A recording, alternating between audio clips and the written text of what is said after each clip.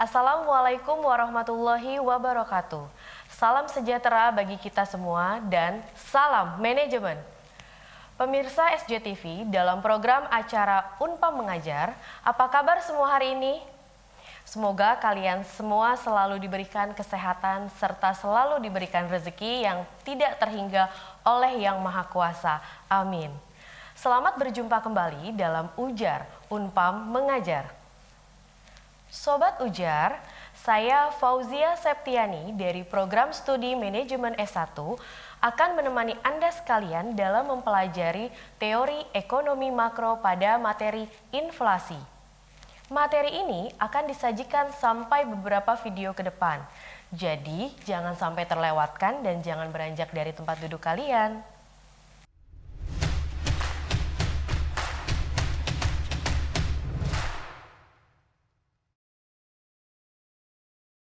Pada pertemuan kali ini, materi utama yang akan kita pelajari adalah untuk mengetahui apa definisi dari inflasi, penyebab inflasi, dan metode perhitungan inflasi. Baik Sobat Ujar, sebelum kita mulai penjelasan materi 12 tentang inflasi, apakah Sobat Ujar masih ingat apa itu pengangguran? Hal tersebut sudah pernah dibahas pada episode sebelumnya.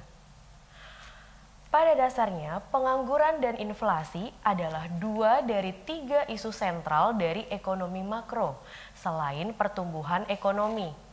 Pengangguran dan inflasi dijadikan topik utama baik dalam perencanaan ekonomi maupun dalam kampanye para politisi, baik di tingkat nasional maupun di tingkat daerah ataupun pilkada yang sering mengklaim bahwa program atau kebijakan yang mereka tawarkan akan menciptakan banyak lapangan kerja dan akan menjaga kestabilan harga. Maksud saya, kestabilan harga.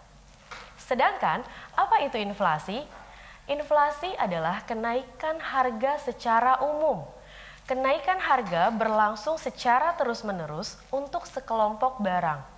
Dan sebaliknya, jika harga turun secara terus-menerus untuk sekelompok barang, maka disebut deflasi. Kenaikan harga secara umum akan menurunkan nilai real dari masyarakat, khususnya masyarakat yang berpenghasilan rendah maupun tetap. Ada 3 komponen yang harus dipenuhi untuk mengatakan bahwa inflasi telah terjadi. Yang pertama, kenaikan harga. Harga suatu komoditas harus naik jika melebihi harga periode sebelumnya. Perbandingan level harga dapat dilakukan dengan interval yang lebih lama, 1 minggu, 1 bulan, 1/4, dan 1 tahun. Perbandingan harga juga bisa musiman, karena itu dapat dikatakan bahwa selama paceklik, selalu ada kenaikan harga untuk barang-barang tertentu. Yang kedua, bersifat umum. Kenaikan harga komoditas tidak bisa disebut inflasi jika kenaikan itu tidak mengarah pada kenaikan harga secara umum. Pengalaman Indonesia menunjukkan bahwa setiap pemerintah menaikkan harga bahan bakar dan harga untuk komoditas lain juga pasti ikut naik. Karena BBM adalah komoditas strategis, kenaikan harga bahan bakar akan mempengaruhi kenaikan harga komoditas lainnya. Yang ketiga, berlangsung secara terus-menerus. Kenaikan harga secara umum tidak akan mendorong inflasi jika hanya sesaat. Oleh karena itu, perhitungan inflasi dilakukan dalam periode bulanan minimum. Karena dalam sebulan akan menunjukkan apakah kenaikan harga bersifat umum dan berkelanjutan. Waktu benchmark lainnya adalah triwulan dan tahunan. Jika pemerintah menyatakan bahwa inflasi adalah 10 tahun ini, itu berarti inflasi kumulatif adalah 100 juta per tahun, tingkat inflasi triwulan rata-rata 2,5%. Sedangkan tingkat inflasi bulanan adalah 0,83 atau 10/12.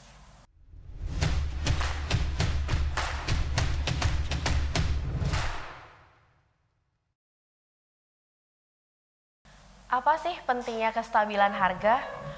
Pentingnya kestabilan harga yang pertama adalah inflasi menurunkan daya beli, terutama oleh masyarakat miskin yang tidak memiliki tabungan untuk menghedge inflasi.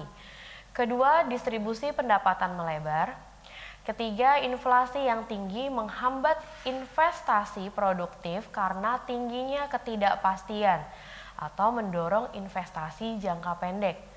Dan yang terakhir, inflasi yang tinggi menyebabkan dalam jangka panjang pertumbuhan ekonomi akan terhambat. Proses terjadinya inflasi ada beberapa pendekatan, yaitu yang pertama, teori kuantitas uang. Proses terjadinya inflasi yang pertama adalah teori kuantitas uang, yaitu jumlah uang yang beredar dan harapan masyarakat mengenai kenaikan harga. Proses inflasi ini juga ditentukan oleh psikologi masyarakat mengenai kenaikan harga-harga di masa mendatang. Yang kedua, pendekatan monetaris. Inflasi terjadi akibat adanya pertumbuhan volume jumlah uang yang beredar yang jauh melebihi pertumbuhan permintaan uang. Jika jumlah uang yang beredar melebihi permintaan, maka pembelanjaan untuk barang dan jasa juga akan bertambah melebihi kapasitas produksi yang akan mengakibatkan kenaikan harga.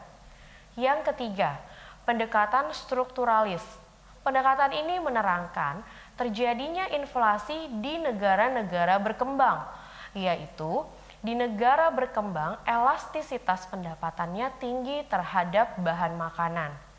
Sehingga ketika terjadi peningkatan pendapatan, maka permintaan akan bahan makanan pun meningkat. Terjadinya kemandekan ekspor barang-barang utama dari negara-negara berkembang, terutama komoditas primer dan substitusi impor. Untuk mendorong substitusi impor, maka nilai mata uang sengaja ditaruh di bawah nilai tukar yang sebenarnya. Kenaikan harga umum atau inflasi salah satunya diukur dengan menggunakan indeks harga konsumen atau IHK. Indeks harga konsumen ini adalah suatu indeks yang menghitung rata-rata perubahan harga dalam satu periode dari suatu kumpulan barang dan jasa yang dikonsumsi oleh penduduk atau rumah tangga dalam kurun waktu tertentu. Selanjutnya, apa saja sih yang menjadi penyebab inflasi? Inflasi jika ditinjau dari penyebabnya dapat digolongkan menjadi dua, yaitu inflasi akibat tarikan permintaan atau demand pull inflation. Yang kedua, inflasi akibat desakan biaya produksi atau cost push inflation. Nah, penasaran kan mengenai materi tentang inflasi? Ikuti terus ya.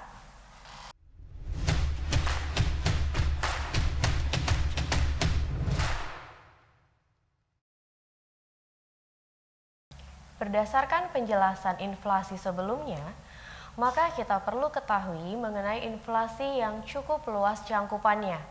Kita bahas yang pertama, yaitu penyebab terjadinya inflasi.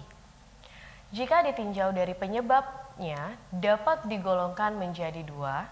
Yang pertama, inflasi akibat tarikan permintaan atau demand pull inflation. Yang kedua, inflasi akibat desakan biaya produksi atau cost push inflation. Mari kita bahas dari yang pertama terlebih dahulu, yaitu inflasi akibat tarikan permintaan.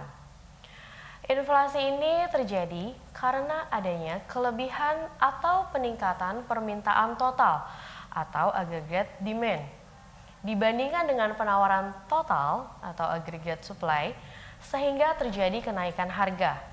Atau bisa dikatakan inflasi ini muncul karena permintaan publik untuk berbagai jenis barang terlalu kuat. Inflasi sisi permintaan dihasilkan dari peningkatan permintaan agregat di lapangan kerja penuh ketika kondisi produksi sudah ada. Kepercayaan konsumen dan bisnis, pasokan uang, pengeluaran pemerintah, tarif pajak, transfer bersih, dan ekspor. Permintaan inflasi didasarkan pada pertumbuhan GDP nominal. Faktor penyebab terjadinya demand pull inflation adalah tingginya permintaan barang dan jasa relatif terhadap kesediaannya. Dalam konteks makroekonomi, kondisi ini digambarkan oleh output real yang melebihi output potensialnya atau permintaan total lebih besar daripada kapasitas perekonomiannya. Yang kedua, inflasi akibat desakan biaya produksi atau cost push inflation. Inflasi ini terjadi disebabkan oleh kenaikan biaya produksi atau input sehingga mengakibatkan harga jual produk atau outputnya meningkat. Misalnya, sebagai akibat kenaikan upah buruh, harga bahan baku, atau kenaikan biaya teknologi dan lain sebagainya.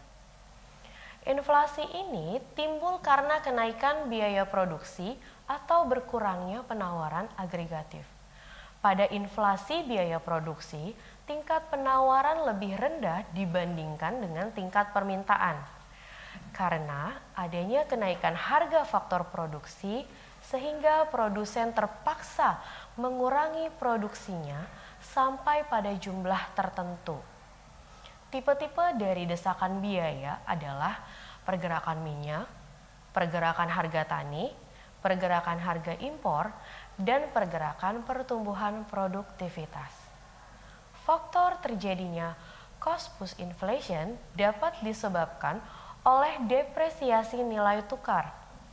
Dampak inflasi luar negeri, terutama negara-negara partner dagang, peningkatan harga-harga komoditi yang diatur pemerintah, dan terjadi negatif supply shock akibat bencana alam dan terganggunya distribusi.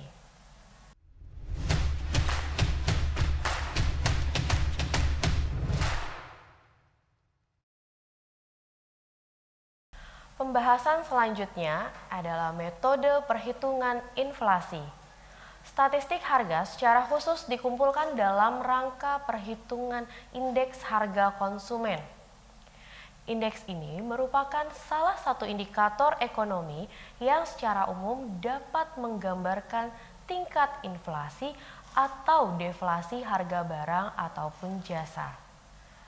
Dalam menyusun indeks harga konsumen, data harga konsumen atau retail barang dan jasa yang dikelompokkan ke dalam 7 kelompok pengeluaran, yaitu bahan makanan, makanan jadi, minuman, perumahan, air, listrik dan gas, bahan bakar, sandang, kesehatan, pendidikan, rekreasi, dan olahraga, serta transportasi jasa komunikasi keuangan. Indikator inflasi lainnya berdasarkan International Best Practice antara lain yang pertama, Indeks Harga Perdagangan Besar atau IHPB. Yang kedua, Deflator Produk Domestik Bruto atau PDB. Indeks harga perdagangan besar adalah dari suatu komoditas transaksi yang terjadi antara penjual atau pedagang besar pertama dengan pembeli atau pedagang besar berikutnya dalam jumlah besar pada pasar pertama atas suatu komoditas. Sedangkan deflator produk domestik bruto menggambarkan pengukuran level harga barang akhir atau final goods dan jasa yang diproduksi di dalam suatu ekonomi. Deflator PDB dihasilkan dengan membagi PDB atas dasar harga nominal dengan PDB atas dasar harga konstan. Menurut asal-usul inflasi, inflasi berasal dari dalam negeri atau domestic inflation. Inflasi dalam negeri disebabkan karena pencetakan uang baru atau panen gagal dan sebagainya. Kedua, inflasi yang berasal dari luar negeri atau imported inflation. Kenaikan harga barang impor yang menyebabkan secara langsung menaikkan indeks hidup, maksud saya biaya hidup, namun secara tidak langsung menaikkan indeks biaya produksi. Parah tidaknya inflasi. Laju inflasi ringan kurang dari 10%, ditandai dengan kenaikan harga berjalan secara lambat dengan persentase yang kecil serta dalam jangka waktu yang relatif. Laju inflasi sedang 10-30% ditandai dengan kenaikan harga relatif cepat atau perlu diwaspadai dampaknya terhadap perekonomian. Laju inflasi berat 30-100% ditandai dengan kenaikan harga yang cukup besar dan kadang-kadang berjalan dalam waktu yang relatif pendek, serta mempunyai sifat akselerasi yang artinya harga-harga minggu atau bulan ini lebih tinggi dari minggu atau bulan sebelumnya. Hiperinflasi atau lebih dari 100%, di mana inflasi ini paling parah akibatnya. Masyarakat tidak lagi berkeinginan menyimpan uang. Nilai uang merosot dengan tajam sehingga ditukar dengan barang. Harga-harga naik 5-6 kali. Biasanya keadaan ini timbul oleh adanya perang yang dibelanjai atau ditutupi dengan pencetakan uang. Pembahasan selanjutnya terkait sifat inflasi. Yang pertama, inflasi merayap, menengah, dan hiperinflasi berdasarkan kepada tingkat kelajuan kenaikan harga-harga yang berlaku. Inflasi dapat dibedakan menjadi 3 golongan, yaitu inflasi merayap, inflasi sederhana atau moderate, dan hiperinflasi. Yang kedua, definisi inflasi merayap dan hiperinflasi.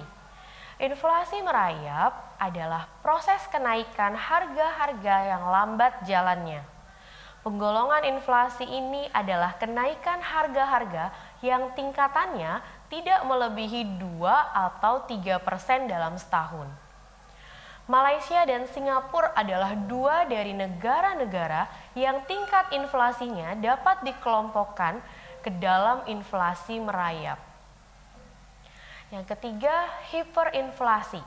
Hiperinflasi adalah proses kenaikan harga-harga yang sangat cepat yang menyebabkan tingkat harga menjadi 2 atau beberapa kali lipat di masa yang singkat. Di Indonesia sebagai contoh, pada tahun 1965 tingkat inflasi mencapai 500%. Dan pada tahun 1966 ia telah mencapai 650%. Hal ini memiliki arti tingkat harga naik 5 kali lipat pada tahun 1965 dan 6,5 kali lipat pada tahun 1966. Secara rata-rata di sebagian negara tingkat inflasi mencapai di antara 5 hingga 10%. Inflasi dengan tingkat yang seperti ini dikelompokkan sebagai inflasi sederhana atau moderate inflation. Menurut Badan Pusat Statistik atau BPS, inflasi umum berdasar dari indeks harga konsumen. Perubahan positif dari indeks harga konsumen disebut inflasi dan jika negatif disebut deflasi. Inflasi inti atau core inflation adalah inflasi barang dan jasa yang perkembangan harganya dipengaruhi oleh perkembangan ekonomi secara umum, seperti ekspektasi inflasi, nilai tukar, dan keseimbangan permintaan dan penawaran yang sifatnya cenderung permanen, persisten, dan bersifat umum sesuai dengan SHB 2007. Sebanyak 692 komoditas seperti kontrak rumah, buruh, mie, susu, mobil, sepeda motor, dan lain sebagainya. Inflasi yang harganya diatur oleh pemerintah, administered price inflation, Sesuai SBH 2007, jumlah komoditasnya 21, antara lain bensin, tarif listrik, rokok, dan sebagainya. Inflasi bergolak atau volatile goods, inflasi barang dan jasa yang perkembangan harganya sangat bergejolak. Inflasi ini berdasarkan 61 bahan yang didominasi oleh bahan makanan, antara lain seperti beras, minyak goreng, cabai, daging, ayam ras, dan sebagainya. Indeks harga konsumen. Angka indeks merupakan suatu konsep yang dapat memberikan gambaran tentang perubahan-perubahan variabel dari suatu periode ke periode berikutnya. Dengan demikian, angka indeks dapat diartikan sebagai angka perbandingan yang perubahannya relatif dinyatakan dalam bentuk persentase terhadap yang lain. Indeks harga ekonomi mempunyai peranan, yaitu yang pertama, dapat digunakan sebagai kebijakan default untuk perbandingan harga sesekali. Yang kedua, indeks harga adalah indikator atau indikator yang dapat digunakan untuk mengukur pertumbuhan secara ekonomi umum. Yang ketiga, indeks harga dealer besar dapat memberikan gambaran atau tren dalam perdagangan. Yang keempat, indeks harga konsumen dan indeks biaya hidup dapat digunakan sebagai dasar untuk menentukan gaji, termasuk dasar untuk mengubahnya. Yang kelima, indeks harga yang dibayarkan atau diterima oleh petani dapat menggambarkan apakah petani baik-baik saja atau tidak. Yang keenam, indeks harga dapat berfungsi sebagai dasar untuk menentukan pola atau kebijakan moneter pemerintah. Jenis-jenis angka indeks. Yang pertama, indeks harga konsumen adalah ukuran statistik yang dapat menunjukkan perubahan-perubahan yang terjadi pada eceran barang dan jasa yang diminta oleh konsumen dari waktu ke waktu. Yang kedua, indeks harga perdagangan besar atau wholesaler adalah angka indeks yang menunjukkan perubahan-perubahan yang terjadi atas harga pada dasar primer mengenai kebutuhan barang-barang tertentu. Yang ketiga, indeks harga yang diterima petani adalah indeks harga yang berhubungan dengan pengorbanan atau harga pokok yang telah dikorbankan dengan hasil yang diterima oleh petani. Yang keempat, indeks harga yang dibayar petani adalah indeks harga yang meliputi pembelian atau biaya konsumsi dan pembelanjaan untuk biaya produksi pertaniannya. Selanjutnya, inflasi dan perkembangan ekonomi inflasi yang tidak akan berkontribusi signifikan terhadap pembangunan ekonomi. Meningkatnya biaya mempengaruhi kegiatan produksi yang sangat tidak menguntungkan bagi perusahaan.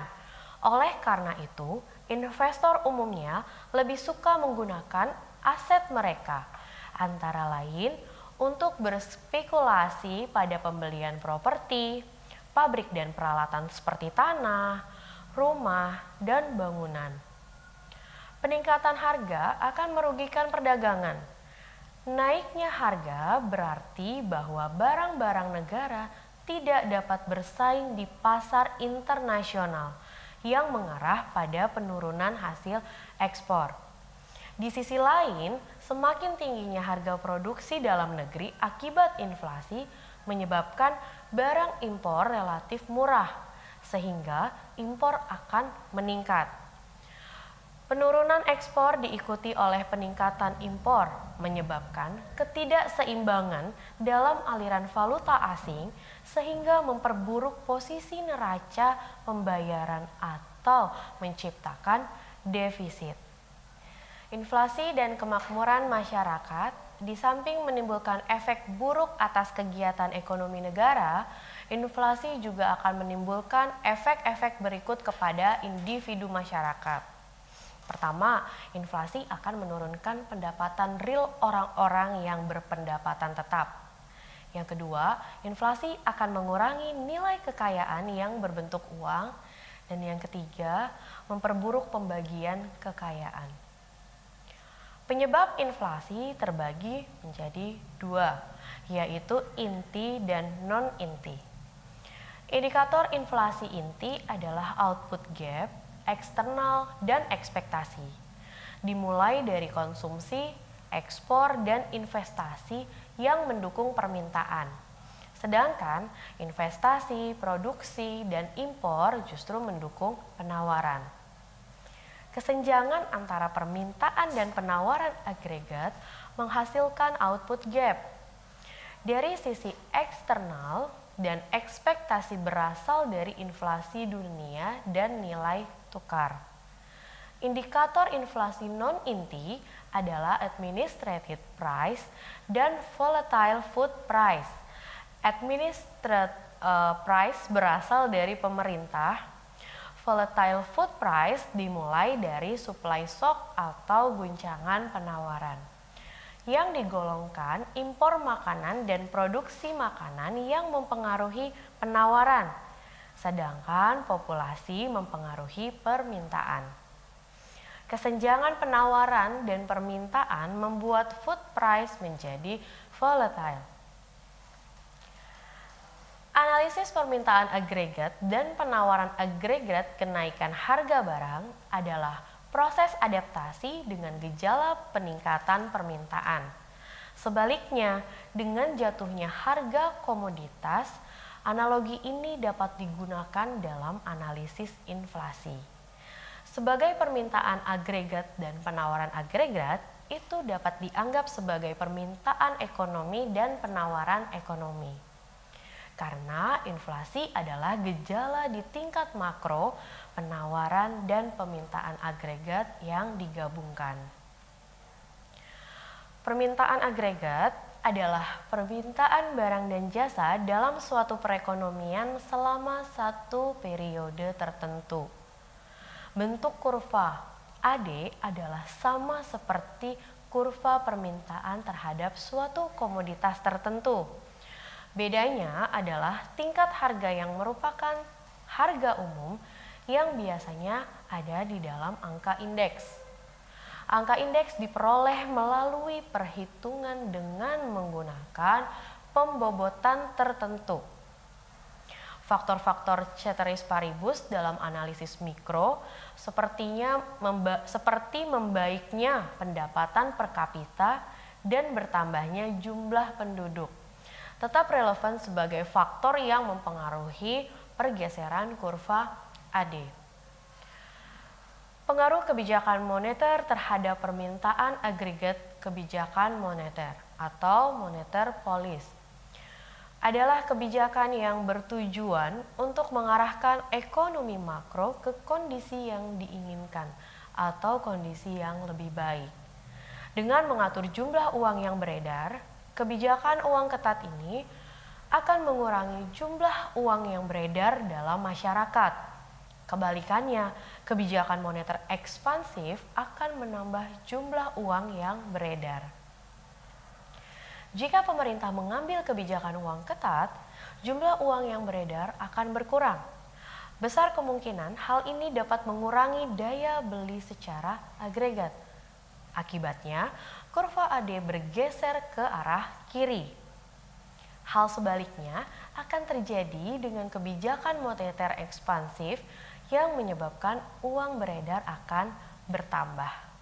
Pengaruh kebijakan fiskal terhadap permintaan agregat adalah kebijakan ekonomi yang bertujuan mengarahkan ekonomi makro ke kondisi yang diinginkan atau lebih baik. Dengan mengatur anggaran pemerintah, terutama sisi penerimaan dan pengeluaran. Alat utama kebijakan fiskal pemerintah adalah pajak dan subsidi. Jika pemerintah menempuh kebijakan anggaran defisit, maka pengeluaran lebih besar dari penerimaan. maka permintaan agregat akan meningkat. Sebab menempuh kebijakan anggaran defisit, pemerintah harus mengurangi pendapatannya dengan mengurangi pajak dan atau menambah pengeluaran. Keduanya akan meningkatkan daya beli masyarakat sehingga kurva AD bergeser ke arah kanan. Selanjutnya, penawaran agregat kebijakan pemerintah juga sangat berpengaruh terhadap penawaran agregat kebijakan moneter ekspansif. Misalnya dengan memberikan bantuan kredit dapat meningkatkan penawaran agregat sehingga kurva AS dapat bergeser ke kanan. Demikian halnya dengan kebijakan fiskal. Inflasi dan keseimbangan ekonomi secara grafis. Diagram di bawah ini keseimbangan ekonomi tercapai di titik E pada saat kurva AD dan AS saling berpotongan. Pada diagram tersebut, tingkat output PDB adalah penawaran sama dengan 0 dan tingkat harga umum adalah permintaan sama dengan 0.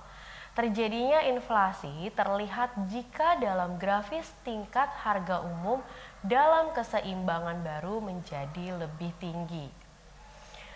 3 gejala di atas menunjukkan gejala inflasi berdasarkan faktor penyebabnya, yaitu inflasi tekanan permintaan atau demand pull inflation, inflasi dorongan biaya atau cost push inflation, dan kombinasi antara keduanya.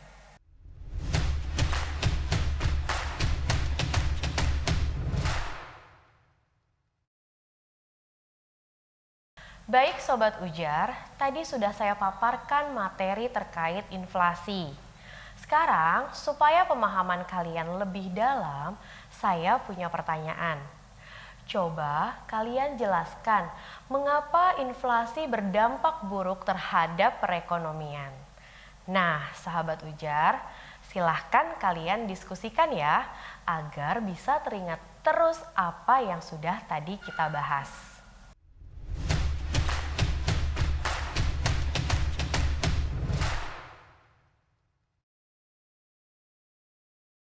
Sobat Ujar, kita sudah berada di penghujung acara. Dari materi yang sudah saya sampaikan bisa disimpulkan bahwa apa yang dimaksud dengan inflasi, apa saja penyebab inflasi, dan metode apa saja sih yang digunakan dalam menghitung inflasi. Sobat Ujar, demikianlah materi episode 12 kali ini tentang inflasi. Sekian materi dari saya Fauzia Septiani, undur diri. Sampai bertemu kembali di episode berikutnya. Assalamualaikum warahmatullahi wabarakatuh. Tetap semangat, salam ujar dan salam manajemen.